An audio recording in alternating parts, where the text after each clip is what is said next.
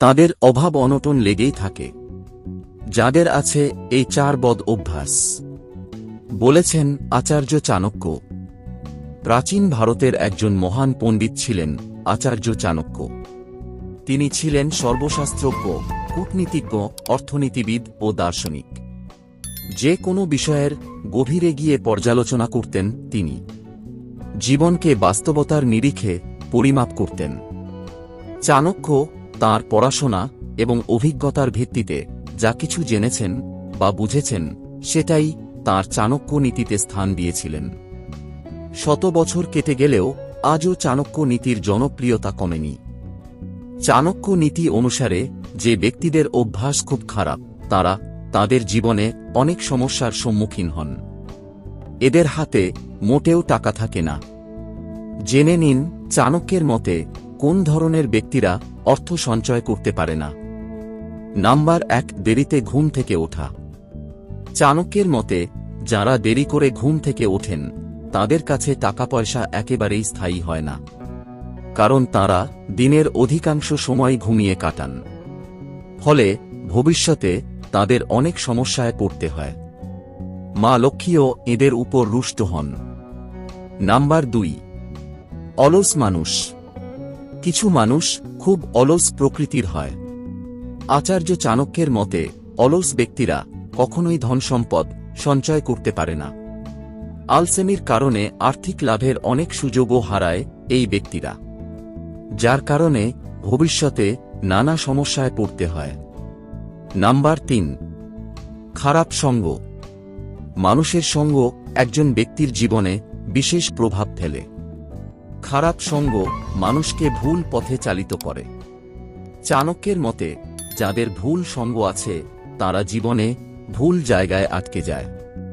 এই ব্যক্তিরা ভুল জায়গায় অর্থ প্রয়োগ করে, তাই এদের হাতে কখনোই টাকা থাকে না। নাম্বার 4, নারীদের অপমান করা।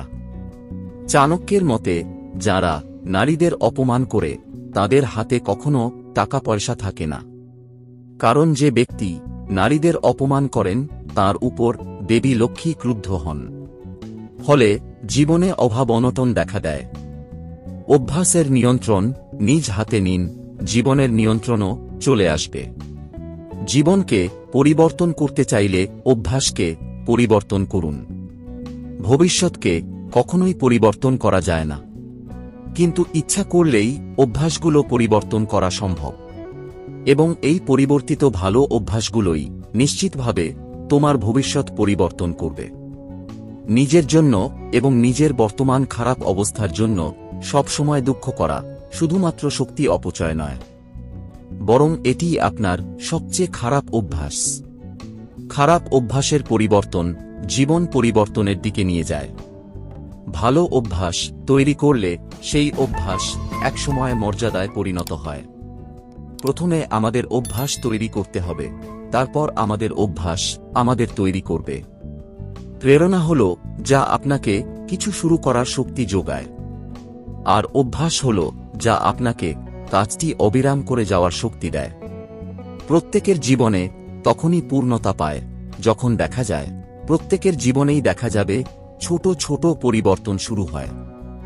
প্রেরণা আপনাকে চলতে সাহায্য করে, কিন্তু ভালো অভ্যাস আপনার চলার পথকে সহজ করবে এবং চলতে সাহায্য করে।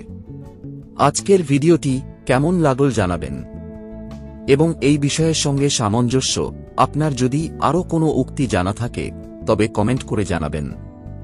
ভিডিওটি ভালো লেগে থাকে তাহলে ভিডিওটিতে একটি লাইক করে বন্ধুদের সাথে শেয়ার করুন, আর নতুন হলে চ্যানেলটি সাবস্ক্রাইব করে পাশে থাকা বেল আইকনটি প্রেস করুন এরকম নিত্য নতুন ভিডিও দেখার জন্য। ধন্যবাদ।